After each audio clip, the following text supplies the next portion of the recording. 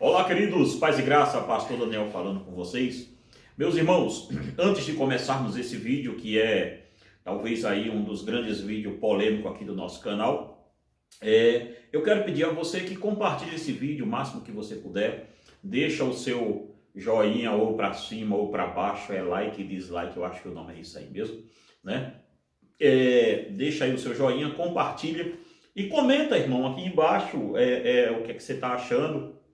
Comenta também se você concorda ou não concorda sobre esse vídeo, o que você acha sobre esse tema, tá? Comentário é sempre muito bem-vindo. Comenta aí com a educação, discorda ou concorda, tanto faz, tá ok? Só que antes de começar esse vídeo, nós vamos falar hoje sobre um tema que é muito abordado em escola bíblica dominical e tudo, mas antes de abordarmos esse tema, eu quero recomendar a você aqui, para você aprofundar um pouco a sua leitura. São 3 livros aqui, tem um outro também que eu escrevi, que é o 10 motivos para não crer no livre-arbítrio. Esse eu não tenho ele aqui ainda, mas não tenho mais ele aqui, vamos ter depois. Mas nós temos aqui Doutrinas Fundamentais da Graça, Doutrinas Fundamentais da Graça. Esse livro aqui vai te ajudar um pouco a você se aprofundar nesse assunto. O WhatsApp está aí embaixo, onde você pode adquirir. E também esse livro aqui, O Sonho da Mulher de Pilatos, como Deus usa os ímpios para cumprir os seus propósitos. Esse livro aqui é muito legal, um livro muito fininho, mas um livro muito bom, tá? Saiu aí, Débora, ele aí saiu bem, né? Tá tranquilo? Então, olha bem, você pode adquirir esse livro aqui também no WhatsApp. E esse aqui, que não fui eu que escrevi, foi o pastor John Piper, chama-se Pecados Espetaculares, o seu propósito global na glória de Cristo. Esse livro aqui é um livrão, você deve ler, adquire aí, não estou ganhando nada da Cultura Cristã para fazer esse comercial, mas adquire aí no site da Cultura Cristã, tá? Vai ser muito bom para você, eu acho que esse livro ainda está disponível, eu acho, não sei se está. Mas vamos falar, irmãos, um pouco desse assunto que é muito complexo, muito polêmico, tá? Nós somos, nossa igreja e eu também, somos de linha calvinista, somos calvinistas sim. As pessoas podem comentar aí embaixo, eu sou cristão, tal. Irmãos, nós já passamos disso, né? Já acho que a gente já passamos um degrauzinho dessa discussão tola.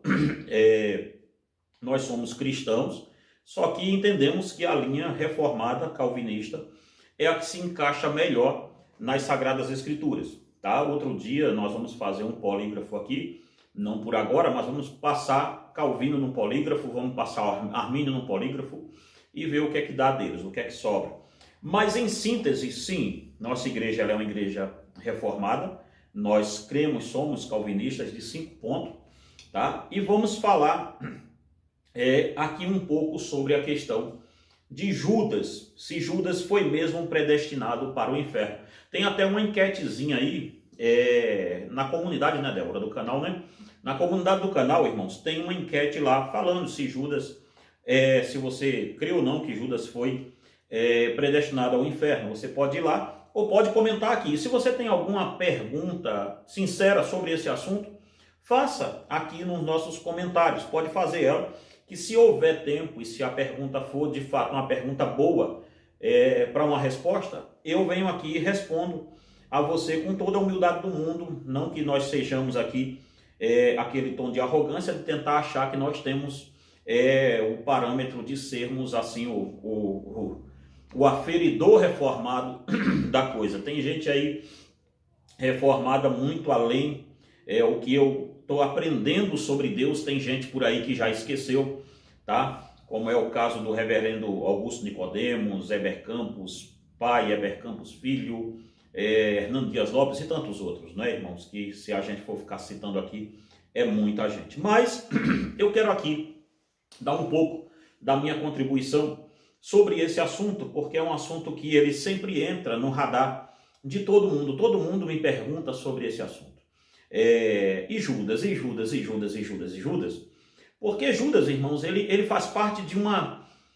As pessoas se identificam com Judas na seguinte forma. Deus tem que usar de misericórdia com Judas, porque senão fica ruim para mim. E agora é que vai ser aqui. Quando cogitamos a ideia da questão de Judas ser predestinado ou não para alguma coisa, quando cogitamos a ideia, vemos muitas pessoas se colocando na tentativa esdrúxula de tentar defender Deus e sua justiça. Mas o que parece é que eles defendem mais Judas do que Deus. Tá? Pois logo aparecem aquelas pessoas que se declaram arminianas e não sabem nada sobre arminianismo nem sobre Armínio. Nós estamos em um momento perigoso, irmãos, da nossa geração, porque nós temos milhares de pessoas se declarando arminianos que nunca leram Armínio. E temos milhares de pessoas se declarando calvinista e nunca leram uma linha do que Calvino disse. Isso é um perigo violento. Teve um rapaz que chegou outrora para a gente aqui e disse, não, eu sou calvinista de linha reformada e nunca leu uma instituta, nunca leu um comentário, nunca leu nada, não sabe nada do pensamento de Calvino. E isso é muito perigoso, porque é o que a gente chama aqui na nossa igreja de vez em quando de arminiano de orelhada e calvinista de orelhada. O cara é calvinista porque ouviu o outro ser e aí está achando que é. O calvinismo é muito complexo e é bem mais profundo do que muitas pessoas que se declaram calvinistas acham que é isso. Tá ok? Eu tenho que parar com isso, tá ok. Isso aqui é do rapaz lá da política. Então nós temos aqui pessoas que nunca leram nada do que um arminiano clássico. Tem gente achando, irmãos, que arminianismo wesleyano e arminianismo clássico é a mesma coisa, não tem nada a ver um com o outro. As igrejas hoje do Brasil, nas pessoas da Assembleia de Deus, Igreja do Nazareno, Metodista, Wesleyana, e outras igrejas, elas são mais arminianas no quesito wesleyano e não no quesito arminianismo clássico. Tá? Então vamos seguindo aqui para frente. Aí as pessoas vêm dizendo assim, essas que nunca leram nada sobre Armínio nem sobre Calvino. Se Deus predestinou Judas para o inferno, então ele não poderia condenar Judas. Se Deus predestinou Judas para trair Jesus, então qual o cabimento de Deus julgar Judas culpado? Teve até um filme baseado em um livro apócrifo que dizia que Judas foi o único ali no meio daquela turma de Jesus ali que entendeu quem era Jesus e o que deveria fazer. Esse filme foi uma coisa de doido, todo mundo achou o máximo. Eu achei aquilo uma bobagem sem tamanho. Outros dizem, pois se Deus forçou Judas para isso, Judas não poderia ser condenado. Outros dizem, se Deus quis mesmo que Judas o traísse, então Deus não é justo. A gente escuta isso, né, Débora? Sempre, né? Se Deus quis isso, então Deus não é justo. Como Deus pode ser justo? Ai, dá até dó. Mas vamos lá. Vamos ver a primeira coisa aqui. Vejamos alguns pontos da vida de Judas. Ele foi comissionado pelo próprio Cristo. Foi o próprio Cristo que lhe conferiu a bolsa do dinheiro do ministério, como está em João capítulo 13, versículo 29. Lembre-se que quando Jesus comissionou os 12 para pregar dentro de Israel, Judas estava lá, como está em Mateus capítulo 10, versículo 1 ao 3. Ele expulsou demônio, ele foi lá, fez maravilha, tal, isso tudo. Judas estava no meio. E o segundo ponto, mas será que Jesus se enganou redondamente ao escolher Judas? Porque se nós acreditarmos que Jesus não sabia, então Jesus cometeu um equívoco sensacional naquela escolha. Então Jesus se enganou ao contratar, ao colocar dentro do ministério uma pessoa que iria traí-lo assim. Em meio ao maior ato da humanidade, que é a crucificação, o ato que iria culminar na salvação dos eleitos de Deus, será mesmo que dentro do maior plano que foi realizado na eternidade, como diz, que o Cordeiro é morto antes da fundação do mundo, como está em 1 de Pedro, capítulo 1, versículo 20, Apocalipse 3, 8 e Efésios 4, 1. Um plano que até os atos pormenorizados foram escritos, pois sobre Judas já havia uma profecia que ele trairia o Senhor por 30 moedas, como está em Salmo 49, verso 9. Pois o próprio Jesus afirma que conhecia desde o princípio quem era o traidor, como está em João 13, verso 8. Em um plano que tudo foi arquitetado e nada poderia dar errado, até sobre a sepultura onde o seu corpo ficaria, estava profetizado. Você acha mesmo que Deus deixaria isso tudo em risco em nome de um capricho chamado livre-arbítrio? Irmãos, tudo foi orquestrado antes da fundação do mundo. Será que Deus, e não sou eu que estou dizendo, tá? Não adianta ficar dizendo assim, aqui nos comentários, se for assim, não, textos, Bíblia, dizendo que está errado isso aqui, por favor. O Cordeiro morto antes da fundação do mundo, 1 de Pedro 1, 20, Apocalipse 13, 8, Efésios 1, 4. E Jesus não se enganou, Jesus sabia quem era Judas. Observe sua Bíblia, pegue ela e leia. João 13, 18. Um terceiro ponto aqui, que nós nos esquecemos muito nas Escrituras. Uma coisa básica que ninguém quer entender neste caso é que Deus sempre usou os ímpios para os seus propósitos. Pois não existe nenhuma injustiça da parte de Deus quando Deus escolhe um ímpio para fazer impiedade. Muitas pessoas erroneamente pensam que os calvinistas afirmam que Deus predestinou o não salvo para o inferno. Isto não é verdade. O que nós ensinamos é que depois do pecado de Adão, o arbítrio do homem está preso ao pecado. E ele sozinho não consegue fazer outra coisa senão pecar e pecar. Pois é sobre isso que Paulo fala em Romanos 7, 21. Paulo diz, eu encontro essa lei em mim, que o bem que eu quero fazer, este eu não consigo. Mas o mal que eu não quero, quando vi, eu já fiz. Porque ele diz, porque o pecado reside em mim. Então veja bem, Paulo tem o arbítrio até, mas o arbítrio dele não está livre. É isso que ele está dizendo. O arbítrio está preso. O poder o querer está nele, mas o poder fazer é que não está. Então, aqui ele é categórico ao mostrar que o seu querer, arbítrio, não está livre. Desta forma, o Deus, que é riquíssimo em misericórdia, elegeu o seu povo e os salvou em Cristo antes da fundação do mundo. Como está em Efésios 1, 4, 8 e Romanos 9 todos, só é você ler. Sendo assim, aqueles que não são eleitos para a salvação não foram predestinados por Deus para o inferno. Eles apenas continuam seguindo o curso natural da sua maldade e dos seus próprios corações. Eles continuam indo para o inferno, pois Deus não fez nenhuma força para que eles fossem para o inferno. Isto é o único lugar que o homem pode chegar sem Jesus Cristo. Ou seja, perceba bem, sozinho e entregue ao seu próprio arbítrio, o homem só consegue chegar no inferno, pois para chegar no céu, ele precisa ser um eleito de Cristo. Então, eu espero que esteja dando para entender. Então, veja bem uma coisa. Deus é bíblico o que eu vou lhe dizer. E gostaria que você pegasse a sua Bíblia e lesse. Eu vou usar esse livrinho aqui, que é Fundamentos da Graça, que eu escrevi, para mostrar a você um pouco de Deus usando ímpios que não vão se salvar para cometer impiedade. Ora, irmãos, qual é o mistério que se tem se nós usarmos um porco para comer lama ou para comer lixo? A natureza do porco é aquela. Ela vai querer as coisas que a natureza dela logicamente faz. Um ímpio fazendo impiedade não deveria nos chocar. E as pessoas ficam tão chocadas, né? De vez em quando, né, Débora, procura a gente, né? Eu estou chocado. Você viu o que os ímpios estão fazendo no carnaval? Ora, qual o choque? Ímpio fazendo impiedade. Não deveria chocar a igreja. Veja bem uma coisa. Em Romanos 9, versículo 22,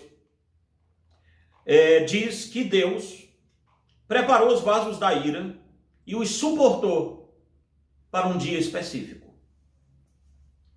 Vamos começar por aqui.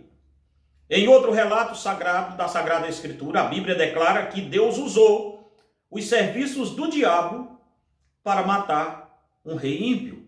Ora, como assim, pastor, isso aconteceu? 1 de Reis, capítulo 2, versículo 20.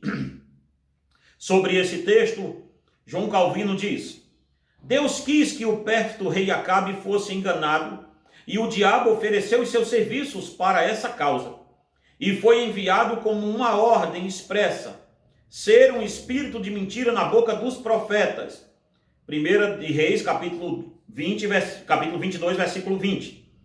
Se a cegueira e a insanidade de Acabe vieram da justiça de Deus, a figuração da mera permissão se esvai, pois seria ridículo o juiz apenas permitir o que é feito e nem decretar nem mandar o que seus servos executem.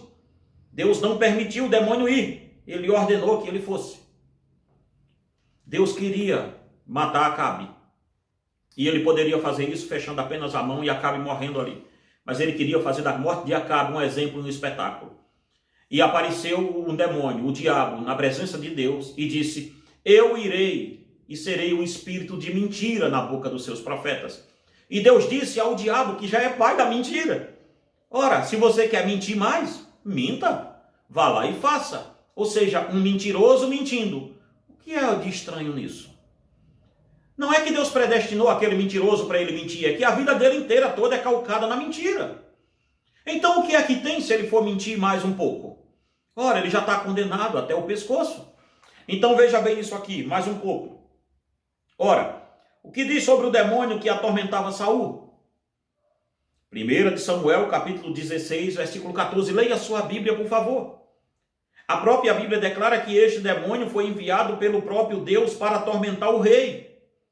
Veja, Deus queria atormentar Saul, só que Deus não podia usar um anjo para atormentá-lo e mandou com que um demônio o atormentasse. Vamos ver mais. Veja o versículo 16. Diz assim no versículo 16, a Bíblia diz que o demônio sempre o atormentava Saul, mas que vinha enviado do próprio Deus. Sim, irmãos, o diabo, como disse Lutero, o diabo é o diabo de Deus. O diabo não é um rival de Deus no sentido de lutar direto contra Deus. O diabo está na categoria de coisas criadas por Deus. Então Deus tem total domínio das coisas. Não pense você que a soberania de Deus está solta por aí e que você vai fazer. Não. Esse mundo não está perdido. Esse mundo está debaixo de um regime de Deus sem precedente. Vamos ver mais aqui para a gente não ser tão extenso. Pelo seu decreto, Deus ordenou Pilatos e Herodes e os religiosos judaicos que matassem Jesus, como está em Atos capítulo 4, versículo 28. Veja, eles não são inocentes porque mataram Jesus. Não, eles são culpados. O coração deles é aquilo, inclinado para aquilo em todo o tempo. Chama-se soberania de Deus e responsabilidade humana. O homem é um ser moralmente responsável. Isso nós que somos calvinistas sérios não negamos. O que nós negamos é que o arbítrio do homem esteja tão livre que consiga interferir na soberania de Deus. Isso é uma loucura, é um desatino que não tem tamanho. Um outro sim, depois eu volto aqui para falar sobre se Deus endureceu ou não o coração de Faraó e como se deu isso. Mas falando de Judas, deu para a gente notar aqui que Deus usa os ímpios para cumprir os seus propósitos. Deus usa os ímpios sempre para cumprir os seus propósitos. Entre Deus usar um ímpio, irmão, e salvá-lo, há uma diferença gigantesca e abismal. Deus usa os ímpios para cumprir os seus propósitos. Não quer dizer que Deus vai salvá-los por isso. Um outro ponto. Quem era Judas, então? Vamos ver quem era Judas rapidinho. Eu acho que já tem uns 20 minutos esse vídeo, próximo disso, né? Vamos lá, mas vamos ver quem era Judas. Quem era Judas? Vamos ver quem era Judas, então. Lucas 22, verso 3, diz que Satanás entrou em Judas. Pensamos que Judas ficou possesso ali. A gente tem essa ideia. Olha, o diabo entrou em Judas aqui. Não, o diabo já estava com Judas, olha, há muito tempo, bem antes de Jesus chamar Judas para ser discípulo. Veja bem uma coisa, pensamos que Judas ficou possesso ali, porém se investigarmos mais a fundo, encontraremos que Cristo o chamou de forma proposital. É como se Jesus chamasse um porco para comer a lama. Jesus Cristo chamou de forma proposital um porco que nunca teve o seu coração regenerado para comer a lama que havia de ser feita.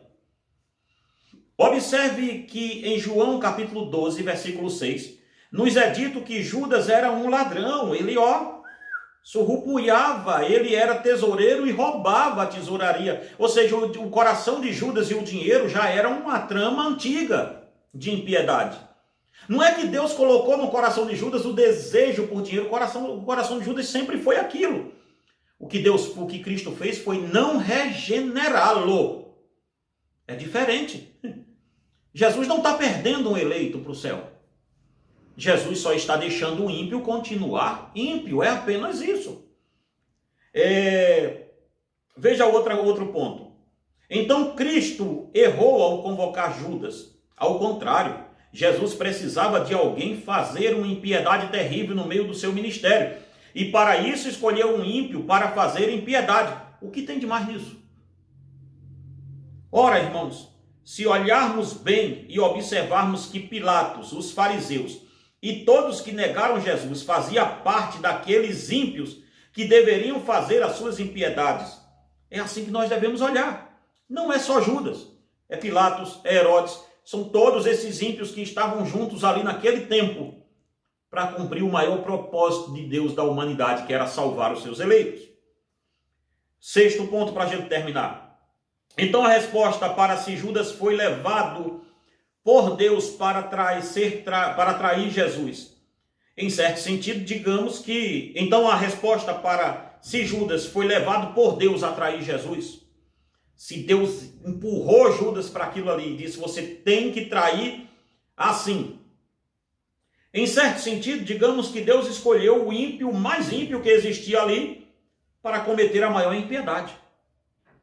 Judas era alguém que Deus não deu a Jesus, como ele mesmo disse na oração sacerdotal. Irmãos, não sou eu nem Calvino que está falando isso não, é Jesus. Olha a sua Bíblia em Mateus 17, João 17, versículo 12. Jesus vai fazer a oração sacerdotal sobre os discípulos e diz, Pai, daqueles que o Senhor me deu, nenhum deles se perdeu, senão o filho da perdição. Ora, irmãos, se o próprio Cristo não orou por Judas, e o próprio Cristo estava dizendo que nenhum dos que o Pai deu, porque em João é dito que aquele que vem a mim de maneira alguma eu lançarei fora, mas quem vem a ele? Aquele que o Pai me der, aquele que o Pai escolheu, aquele que o Pai me encaminhou, ou seja, o Pai encaminhou 11 a Jesus, e o 12º não, Judas não. Judas foi Jesus que tirou do meio dos ímpios para cometer uma impiedade. Judas é a típica pessoa que é usada por Deus por graça comum, mas não vai ser salvo. Está dando para você entender? Judas não foi predestinado por Deus para se perder. Não, até que não. Judas já estava perdido no seu próprio pecado e Jesus escolheu aquele pecador, aquele ímpio miserável, longe da glória de Deus, para continuar fazendo impiedade. Só que essa impiedade ia ser espetacular, porque ele iria trair, ia estar dentro do maior plano já visto, que é o plano da salvação. Então, em certo sentido, irmãos, Judas não foi predestinado por Deus para ir para o inferno. Judas estava indo para o inferno, e nessa caminhada dele ir para o inferno, passou dentro do ministério de Jesus com o mesmo caminho, indo para o inferno. Tome cuidado que eu deixo a vocês aqui a palavra de John Bunyan, no livro Peregrino, quando está terminando, que ele diz assim, eu nunca pensei que na porta do céu existia um desvio que dava direto no inferno. Que Deus em Cristo te abençoe e te guarde em nome de Jesus.